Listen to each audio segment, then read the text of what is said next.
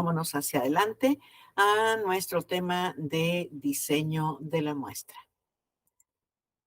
Bueno, pues para empezar, decimos esta parte tan a lo mejor que ya hemos escuchado en otros momentos, que es hablar sobre la población, que es algo que pues a todos los estudiantes les preocupa mucho acerca de la investigación. Y bueno, para empezar, vamos a puntualizar algunos términos técnicos que es necesario que ustedes conozcan. Primero, pues muchas veces ustedes van a escuchar la palabra población, pero también pueden escuchar la palabra universo. En realidad, estas dos serían como iguales, sería lo mismo.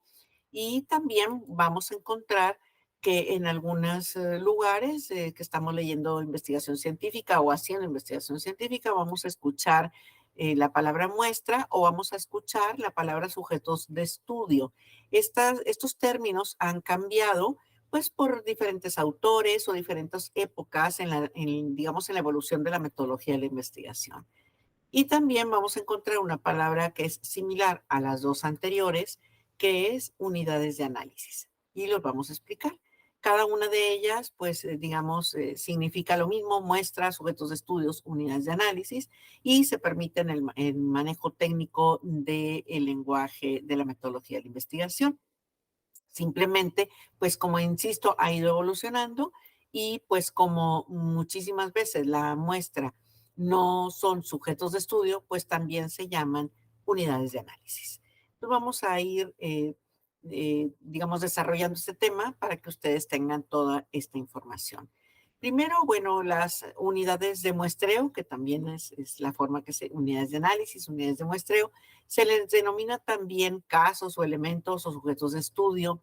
Es algo que pues puede causar un poco de confusión para los estudiantes, pero acuérdense que población y muestra pues es precisamente los dos términos más genéricos y la otra parte pues le pueden ustedes llamar casos, le pueden llamar unidades de análisis o sujetos de estudio, no hay ningún problema. ¿Qué es la muestra? Vamos a ir explicando. Es un subgrupo de la población o universo. Implica definir la unidad de muestreo y de análisis. Es decir, voy a tomar yo, digamos, una cierta población, un cierto objetivo con relación a los participantes o a las cosas que yo voy a investigar dentro de mi estudio. Entonces tengo que empezar por definir la unidad de muestreo y el análisis. Nada más que como les estoy comentando, no siempre son personas, estudiantes, alumnos, pacientes, niños, jóvenes, adolescentes, etcétera. No siempre son personas. También pueden ser las unidades de análisis aquellas bases de datos que vamos a estar utilizando para conocer un determinado fenómeno de investigación, o bien objetos o documentos, o también pueden ser cuadros de arte, pueden ser eventos, situaciones, eh, etcétera. Entonces, en realidad, no, la muestra, digamos, es aquello que vamos a investigar, pero puede ir de un tipo de unidades de análisis o sujetos de estudio a otro. Inclusive, en una misma investigación puede haber una, digamos, combinación de este tipo de muestras. Dependiendo de la investigación, es como lo vamos a elegir. Se utiliza muchísimas veces la muestra se determina por la economía o los tiempos del propio investigador. En el caso de la investigación académica, pues obviamente están limitados todos ustedes a un tiempo que la universidad les dice, bueno, pues tienes 6 meses, tienes un año para hacer la investigación y por eso, pues tú también tienes que definir, tienes que decidir la muestra. ¿Quién la elige? Pues el propio investigador, de acuerdo a estas dos circunstancias, pero también, digamos, por el tipo de investigación que ustedes estén haciendo, la viabilidad, el acceso que tengan a esa población y a esa muestra que ustedes han elegido. Se requiere, obviamente, delimitar la población para poder generalizar los resultados y establecer parámetros.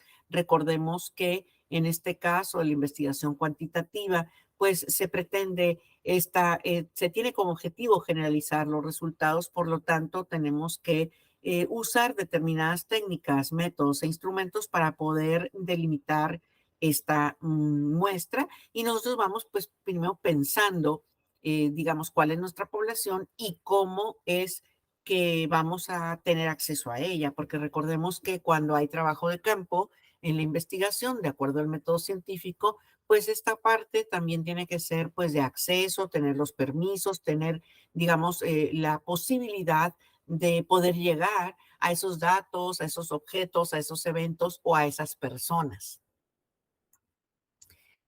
Y bueno, una pregunta que siempre me hacen los estudiantes es que si en todas las investigaciones tenemos una muestra. Y pues en realidad no siempre se tiene una muestra y el claro ejemplo de que en una investigación no hay muestra es que pues vamos a tener un estudio muy especializado en donde no vamos a escoger a una parte de la población que nosotros pensamos que es la adecuada para entender el fenómeno de investigación, sino que vamos a tomar en cuenta a todos los de la población. Y en este caso, pues es un censo.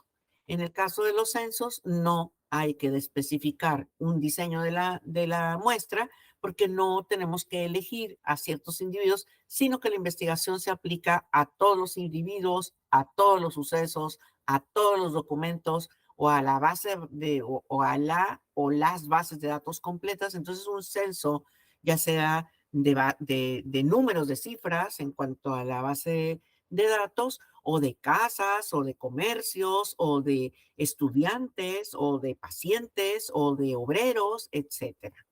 Entonces, cuando se hace a todos, entonces no hay diseño de muestra. Vámonos desde el planteamiento del problema. Ahí, en todas las tesis o tesinas o reportes de investigación, nos encontramos que hay que hacer una primera parte que se llama planteamiento del problema, en donde pusimos pues los objetivos, la justificación y todo. Y de alguna manera, en esta primera parte de la investigación, se dice, se nombra un poco de qué manera vamos a nosotros a hacer esta población y esta muestra. Es decir, tenemos que decir en alguna parte sin tantas características, pero sí mencionarlo, quién o quiénes van a ser los participantes, los objetos, los sucesos, las colectividades de estudio, etcétera. Pero sí lo tenemos que nombrar. Tal vez no detallar específicamente en esta parte, porque en un reporte de investigación se detalla dentro de lo que vayas a hacer todo el apartado de metodología, ahí es donde se explican las características específicas, los recursos, cómo lo elegiste, las características de inclusión o exclusión de esa muestra de tu estudio. Pero en el planteamiento se menciona. Es muy importante porque recuerden que el lector a primera vista, pues es la primera parte que va a encontrar y pues tiene que venir por ahí especificada, digamos, nombrada, perdón, la muestra. Entonces, bueno, esta es una parte muy importante que hay que darle coherencia tanto a los objetivos que nosotros tenemos en la investigación y a estas unidades de muestreo o análisis y tiene que ser coincidente. No puedo poner yo un objetivo en donde pues menciono una cosa y la población pues sea otra o tenga otras características. Tengo que ser congruente. Acuérdense esta palabra tan importante que nos la menciona el autor del libro Metodología de la Investigación, Hernández Sampieri, y que siempre nos dice que es como algo como hilado las partes de la investigación, de acuerdo a la metodología, todo tiene que tener una congruencia, una correlación, una forma, digamos, justificar por qué estoy poniendo este objetivo y por qué tengo que poner esta muestra, pues tiene que ir a la par. Y si no, pues metodológicamente estamos cometiendo errores. La selección de la muestra, pues es definir la unidad de muestreo o análisis, ya sea de cualquiera de las cosas que les he nombrado, y una vez definida esta unidad de muestreo, pues vamos a delimitar la población. Vamos a ver algunos ejemplos para que nos vaya quedando un poco más claro toda esta terminología y todos estos puntos de la investigación. Recuerden que estamos con el libro de Hernández Sampieri, Metodología de la Investigación, tomando los ejemplos y tomando esta información. El uso que hacen los niños de la televisión, supongamos que eso es el tema muy generalizado de una investigación, bueno, pues entonces, obviamente, ¿a quién voy a tener que considerar como parte de la población? Pues a los niños que respondan precisamente sobre sus conductas y percepciones relacionadas con este medio de comunicación. Niños a los cuales, pues obviamente, yo pueda observar, yo pueda tener ese contacto, esas oportunidades de ir con mi diario de campo y estarlos observando en los momentos que ellos, digamos, tienen esta interacción con el medio de comunicación. Yo no puedo determinar una muestra tan generalizada que no me permita, digamos, accesar a esos sujetos de estudio. Cabe mencionar que sí existen investigaciones en donde la muestra es bastante extensa o bastante generalizada a población abierta, como a veces se nombra, pero en el caso de los estudios de académicos, de los estudiantes que están cursando pues un proceso terminal de su carrera, de su maestría, de su doctorado, etcétera, pues obviamente tiene que ser accesible la muestra, porque estas investigaciones en donde se toma la población, digamos, un número muy grande, un territorio muy extenso, etcétera, pues obviamente son equipos de trabajo, ¿no? Como lo que comentábamos del censo del INEGI, pues obviamente es un equipo enorme de trabajo con recursos bastante suficientes para poder bastante elevados y suficientes pues, para poder llegar a esa población que tienen como objetivo dentro de su estudio. Pero bueno, en este caso, en el ejemplo que estábamos dando, bueno, supongamos que podemos ver a estos niños o verlos interactuar o verlos de qué manera dedican el tiempo a ver la televisión. Y si el objeto de análisis es investigar las discrepancias o semejanzas entre las opiniones de los padres y madres de los niños con respecto a la costumbre de estar viendo la televisión, pues entonces, pues obviamente mi población, pues también serán las madres y los padres de familia. Obviamente, otra vez tengo que tener acceso, tengo que saber en dónde está geográficamente o en qué clúster o en qué lugar está localizada esa población y así determinarlo en mi investigación.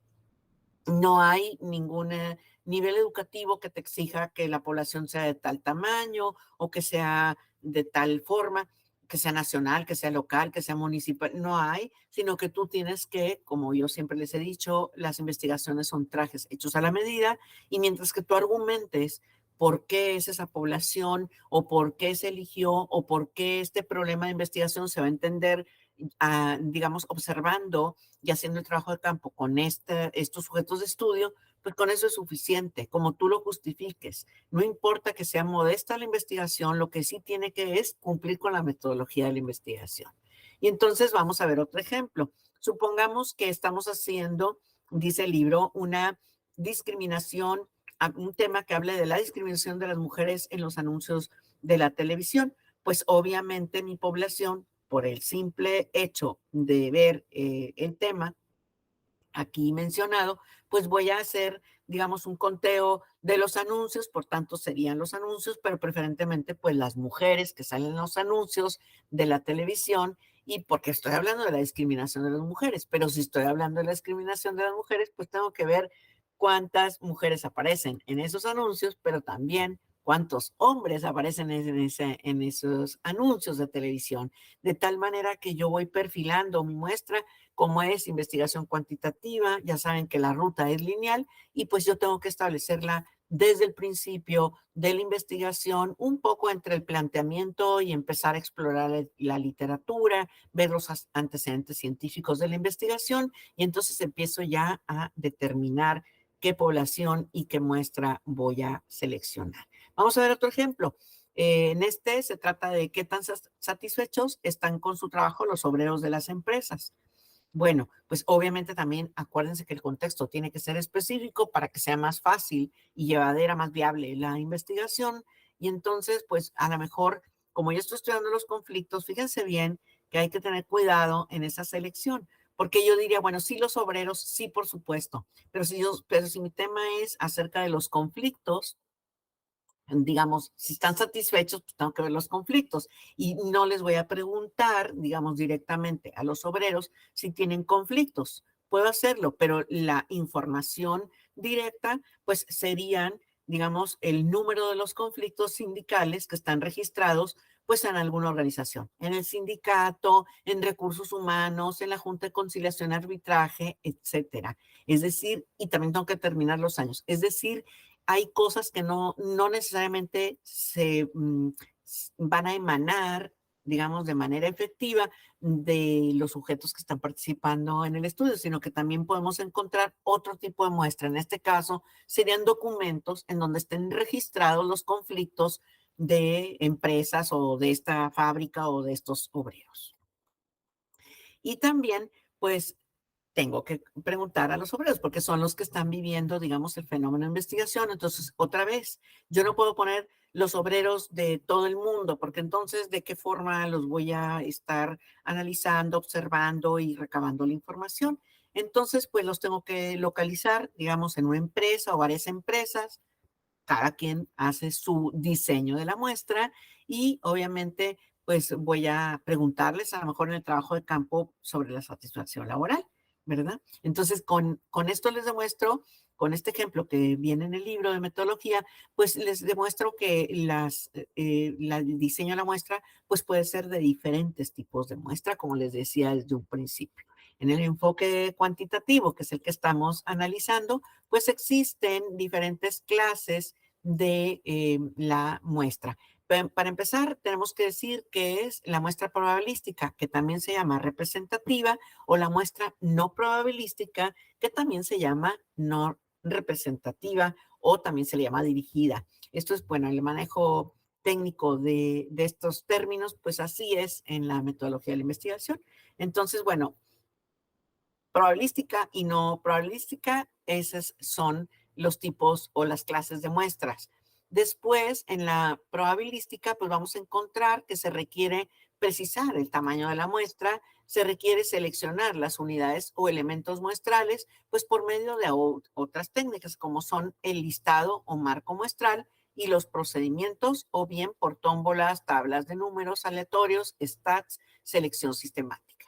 Y también tenemos por los tipos de la muestra probabilística, es muestra aleatoria simple, muestra estratificada y muestra por racimos o clústeres. Aquí, por ejemplo, vemos que en este primer esquema de la muestra probabilística, entonces, número uno, pues tenemos que determinar cuántas personas, cuántos objetos, cuántos documentos, cuántas cifras o cuántas bases de datos vamos a incluir como nuestra muestra.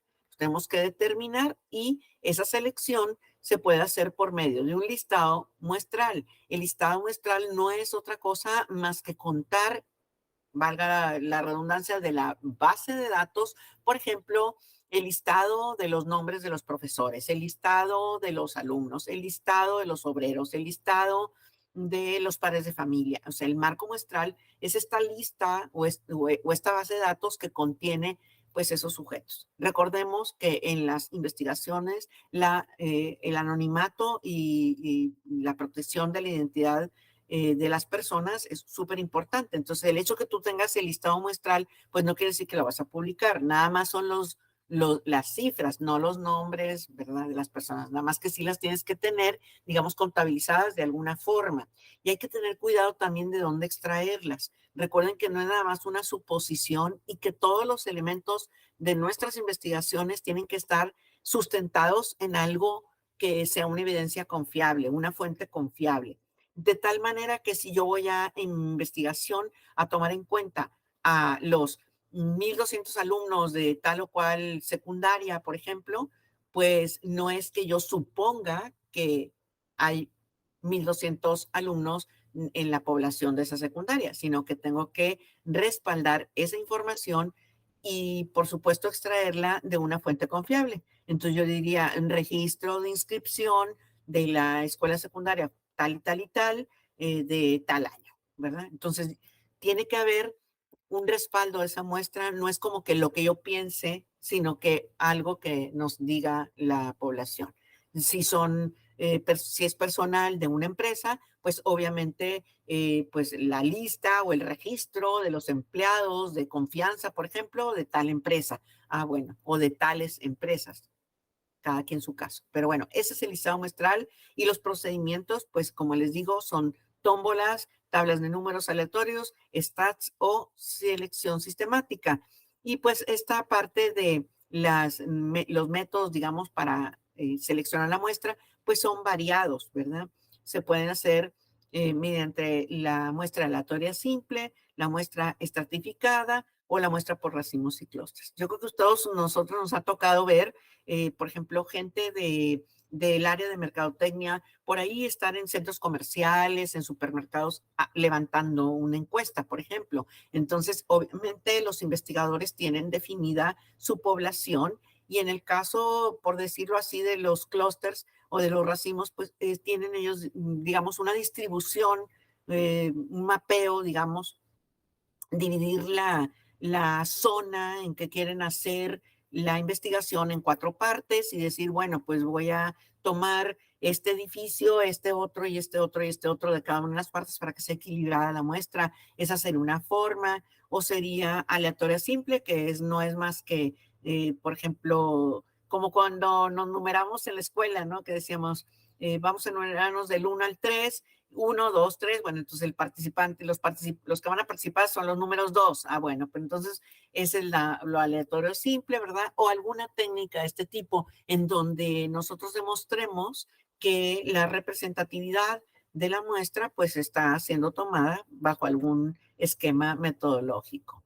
Y después tenemos la muestra no probabilística. Ya sabemos que la intención de la investigación cuantitativa, pues es replicar, digamos, reproducir o generalizar los datos y también pues se pretende, obviamente, que la muestra sea representativa, pero cuando no es representativa, también la investigación es válida. Y aquí, pues, lo más importante, pues, es que nosotros consideremos, pues, que hay que seleccionar los casos o unidades por uno o varios propósitos, hay que argumentarlo en nuestro reporte de investigación y pues aquí sí mencionar que como no es probabilística, pues no se pretende que los casos sean estadísticamente representativos de la población. Entonces, no es lo ideal, pero sí es una manera de hacer la investigación cuantitativa. Para el proceso cuantitativa, pues ya dijimos, la muestra es un subgrupo de la población de interés sobre el cual se recolectan los datos y que tiene que definirse y delimitarse de antemano y con precisión. No es, digamos, como la investigación cualitativa que tiene un poco más de flexibilidad en el aspecto de la selección o el diseño de la muestra.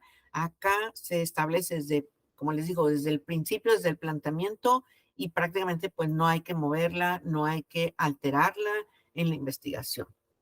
Hay que ser precisos, no puede quedar, digamos, totalmente eh, digamos, general o disperso, ¿verdad? La idea, por ejemplo, yo puedo decir profesores, pero tengo que decir a lo mejor algunas características de los profesores, pues para que me quede muy claro que en esta universidad, bueno, yo voy a hacer una investigación en donde los docentes son los sujetos de estudio y entonces considero a todos los profesores digamos, la población en general, luego elijo una de los métodos de la selección de la muestra y finalmente pues pongo ciertas características, o sea, puede ser la edad, puede ser los años de antigüedad, puede ser el origen de estudios académicos, etcétera. Ahí también cada persona, cada investigador, cada persona que hace la investigación, pues es la que decide y argumenta por qué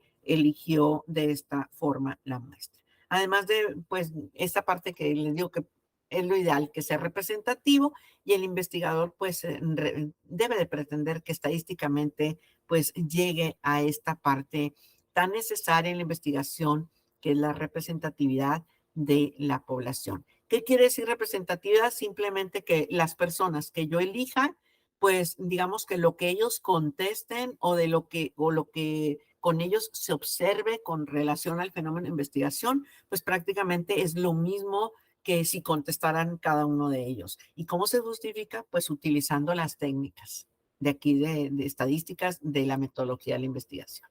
La muestra no probabilística o dirigida, pues es este subgrupo de la población en la que la elección de los elementos no depende de la probabilidad, sino de las características de la investigación. Aquí el procedimiento no es mecánico, no es con estadísticas, ni se basa en fórmulas de probabilidad, sino que depende del proceso de la toma de decisiones del investigador, de un grupo de investigadores y, desde luego, las muestras seleccionadas obedecen a ciertos criterios específicos de la investigación que el que está haciéndola, pues es el quien lo decide, ¿verdad? Aquí nos resulta muy interesante, pues decirles a todos ustedes que es ahora muy sencillo, digamos, utilizar las calculadoras muestrales que existen en Internet. Son en muchísimas, hay gratuitas, entonces ustedes simplemente ponen en la barra buscadora de su servidor, ya sea Google o cualquier otro, Yahoo, Bing, el que ustedes quieran, ponen calculadora muestral y ahí va a salir pues una variedad de calculadoras en donde pues ya no tenemos que enseñar las fórmulas para poder determinar la cantidad de sujetos que tengo que obligatoriamente, por decirlo así, seleccionar como muestra cuando la población es representativa. Entonces, bueno, yo les pongo aquí una, ¿verdad? Ustedes pueden poner www.netquest.com y pues ahí les va a salir un cuadro parecido al que les voy a presentar y pueden ejercitar como, porque ahí también es una pregunta que siempre me hacen, bueno, si yo tengo una población de tantas personas, ¿cuántas encuestas tengo que poner? O cuántos focus group tengo que formar, con cuántos son los sujetos que tengo que considerar para mi estudio. Bueno, pues estas calculadoras, como les digo, son gratuitas prácticamente. Habrá unas de costo, pero bueno, esta es gratuita. Y aquí, por ejemplo, yo elegí poner 278, perdón, 1000 personas, el tamaño del universo, ¿verdad? Entonces, acuérdense, van a venir estos 4 recuadros, pongan mucha atención aquí. Viene la heterogeneidad, aquí siempre la van a dejar en 50%. Son como estándares que regularmente se tratan de lograr en la investigación. Luego van a poner un margen de error de 5% y un nivel de confianza del 95%. Obviamente, si el nivel de confianza baja, el margen de error sube y tenemos menos probabilidades, digamos, de que la muestra sea representativa. Entonces, entre más alto sea el nivel de confianza, pues mucho mejor. Entonces, estos 3 cifras, déjenlas así para que no tengan ustedes que batallar y pongan por ahí en el recuadro pues aquella cifra que ustedes consideren, si lo están haciendo simplemente por ejercicio, pongan lo que ustedes quieran, 1 millón, 1,5 millones de personas, 400 personas, 500 personas, 300 personas, lo que ustedes gusten, y les va a salir el número en estas calculadoras de cuál es la aproximación de muestral que ustedes deben de tener. En este caso, salen 270 para 1000 casos o 1000 personas de la población, pues son 278, digamos, las encuestas que tengo que yo que considerar. Entonces, mi población serían todos, digamos, todos los obreros que trabajan en una empresa y mis encuestas yo tendría que poner a esos 1000 empleados 278. Y para decidir a cuáles de esos, a cuáles 278 de todo ese universo, de toda esa población, entonces elijo una de las herramientas que les dije anteriormente, ¿verdad? Muestra aleatoria simple, etcétera, por tómbolas, etcétera. Entonces, más o menos así, yo con esto a muchos les va a tranquilizar porque dicen, ya sé entonces cuántas encuestas tengo que poner para que sea válida metodológicamente mi diseño de la muestra.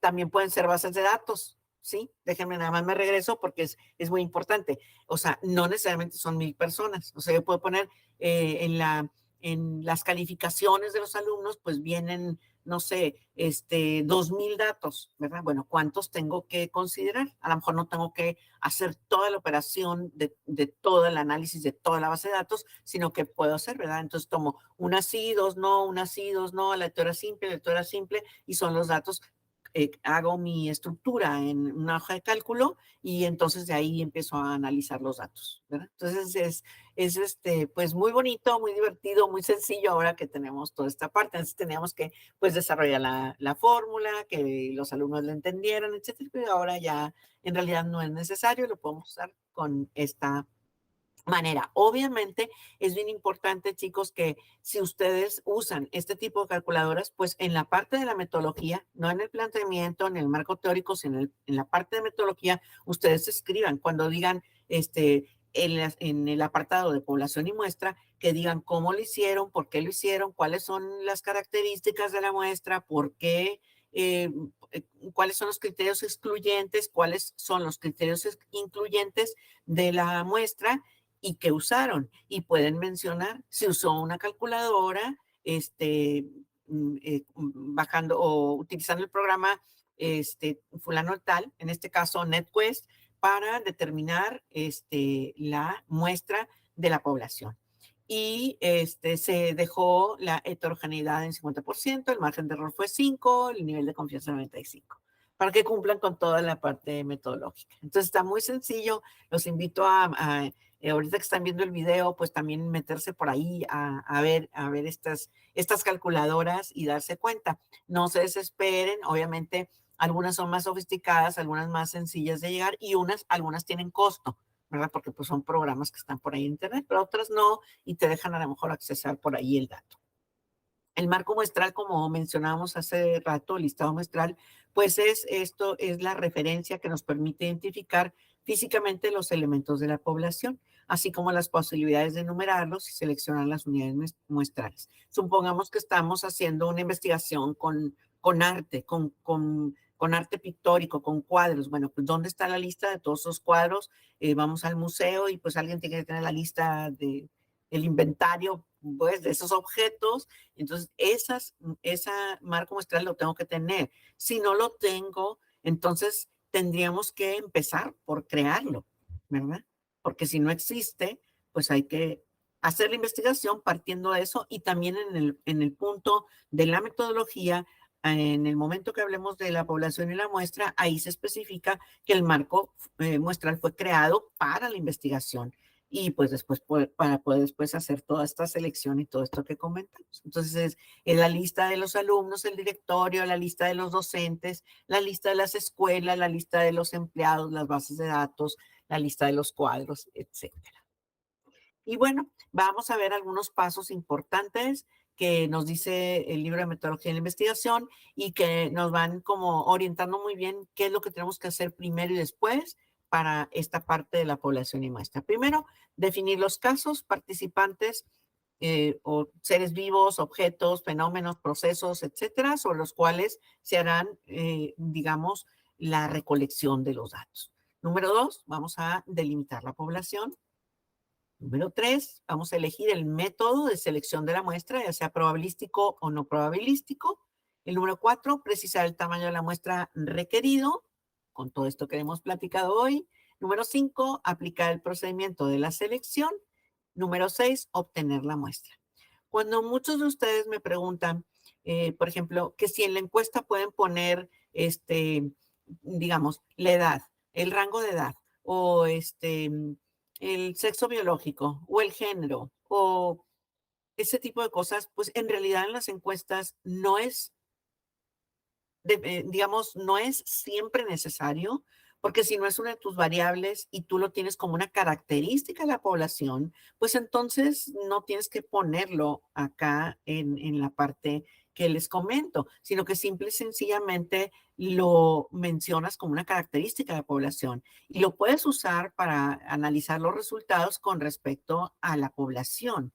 ¿Verdad? Sí lo puedes hacer la comparativa o los profesores que tenían más experiencia tal o los profesores que tenían menos experiencia o los pacientes que tenían esta edad tal o los adolescentes tal. Sí se puede hacer, pero en realidad no se necesita preguntar porque desde que tú haces tu selección de la población y de la muestra, pues supone que tienes el marco muestral y como dije, si no lo tienes, pues lo construyes.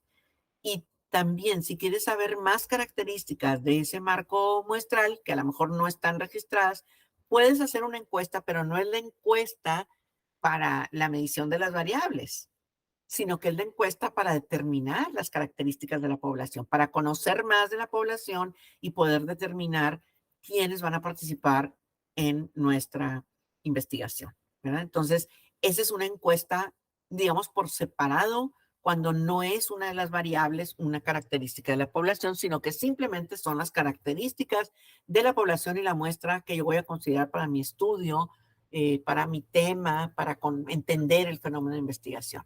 Entonces, no se necesita preguntar y sería como extraño preguntarlo hasta la encuesta, ¿verdad? Ya sobre el tema, sobre las variables y las categorías y subcategorías del tema, pues porque supone que ya lo sabes. Entonces, si tú dices desde el principio, digamos, alumnos de entre 15 y 17 años de tales 3 escuelas, por ejemplo, pues en la encuesta, pues ¿para qué les preguntas la edad? Si tú ya sabes, tú ya lo seleccionaste previamente y tú ya conseguiste o construiste el marco muestral. Entonces, mucho ojo con eso, chicos, para que no se, digamos, confundan o se malentiendan después un poco los términos o las cosas que tenemos que hacer.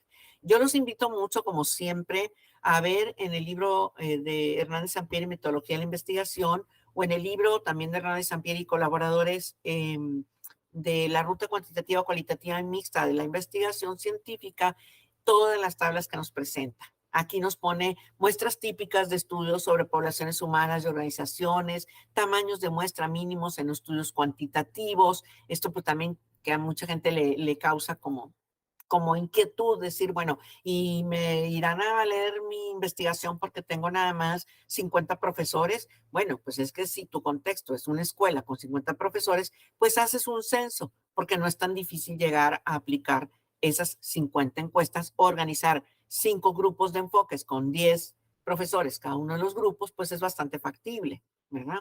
Entonces, y aparte es representativo porque es un censo. Entonces, de esta manera, ustedes pues vayan como pensando qué es lo que van a hacer cuando ya realicen su población y muestra, cuando determinen su población y muestra y estén más cerca del trabajo de campo.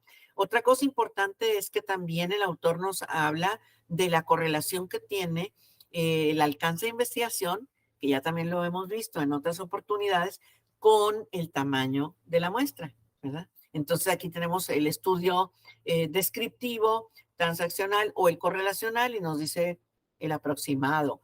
No es obligatorio, es un aproximado. Si ustedes tienen más, ustedes tienen menos, pues se justifica, se argumenta en la investigación. La encuesta a gran escala, el causal o el experimental o cuasi experimental, pues aquí nos pone algunos datos que nos pueden servir de referencia, pero insisto, nadie te puede decir que tu investigación está equivocada o que no es aprobada por alguna circunstancia del tamaño de la muestra. Lo que sí tiene que ser es congruente con tus objetivos, congruente con los pasos que ya te mencioné o congruente con la selección que vayas a hacer y la pertinencia que tenga con el estudio, ¿verdad? Y una cosa más, pues cumpliendo con los alcances de la investigación. Y cada quien lo elige de acuerdo a sus posibilidades, de acuerdo a sus recursos, a su tiempo y a la viabilidad del estudio. Porque habrá a lo mejor instituciones que nos dicen, bueno, sí quiero, sí te permito que hagas aquí la investigación, pero solamente te puedo dejar de los alumnos que están aquí, pues nada más tales grados o tales grupos. De esta universidad, pues solamente puedes venir en el turno matutino porque en el vespertino no podemos darte acceso. Ah, bueno, pues entonces también esas serán condiciones. ¿Qué es lo importante? Que tú le especifiques, que tú digas. Y si obviamente no te van a dar permiso o no tienes acceso al marco muestral o no hay posibilidad de que encuestes a las personas, pues hay que buscar otro contexto, porque pues no se podría hacer la investigación sin esta autorización, digamos, de las autoridades o de las personas responsables del contexto donde tú estés haciendo la investigación. No, digamos, dejen de considerar también y explicar adecuadamente a las autoridades en donde ustedes vayan a hacer su investigación, pues esta necesidad, ¿verdad? Porque luego al principio probablemente nada más digan, bueno, voy a hacer una investigación y ya, pero a la mera hora que los autoridades digan, a ver, ¿y cómo? ¿Y necesitas citarlos para un focus group? ¿Y necesitas sus correos para mandarles una encuesta? ¿O Entonces, hay que explicar un poquito más de qué se trata y sondear con las autoridades hasta dónde nos van a permitir para nosotros también ir delimitando nuestro estudio o bien eligiendo otro contexto, si no nos es posible. Y recordemos siempre, siempre estas características importantísimas de cuidar la identidad de las personas que van a participar. Nunca se ponen nombres personales, direcciones, teléfonos o correos dentro de una investigación y que se va a publicar. No, esas las sabes tú y tienes la secrecía para, obviamente, la ética para guardar el silencio acerca de esos datos y no usarlos para otra cosa más que para tu investigación. Y la otra parte también muy importante es con los menores de edad. Si los menores de edad van a participar en una investigación, tenemos que tener el permiso, el consentimiento de los padres o tutores legales, pues para que participen en esas investigaciones. En algunas instituciones escolares tal vez bastará con que la propia institución pues te va a dar las calificaciones, la base de datos de las calificaciones, y entonces no necesitas el permiso de cada padre de familia para manejar esas cifras, pero no estás, digamos, hablando, ni entrevistando, ni poniéndote en contacto con los alumnos. Y en algunas ocasiones, pues la investigación es relativamente, digamos, sencilla, modesta y con digamos, la anuencia de las autoridades, podrías tú hacer las observaciones con la supervisión de las autoridades, etcétera. Nada más cuiden mucho esta parte, investiguen muy bien qué es lo que se requiere para que después no avancen en la investigación y finalmente no puedan llevarla a cabo. Hay más tablas en el libro o en estos dos libros. También nos habla de los tamaños mínimos de muestra por el tipo de análisis estadístico. Esto es importante también para aquellos que van a hacer investigación cuantitativa. Aquí tenemos también unas aproximaciones, una idea que nos da el autor y sus colaboradores. En el enfoque cuantitativo, entre más nos acerquemos al total de la población, pues es mejor. Si es un censo, pues mucho mejor, la mayoría de la población, y pues eso es representativo. Es así como hemos terminado. Muchísimas gracias por ver esta videoclase. Espero que les sirva en sus procesos de investigación. Hasta la próxima.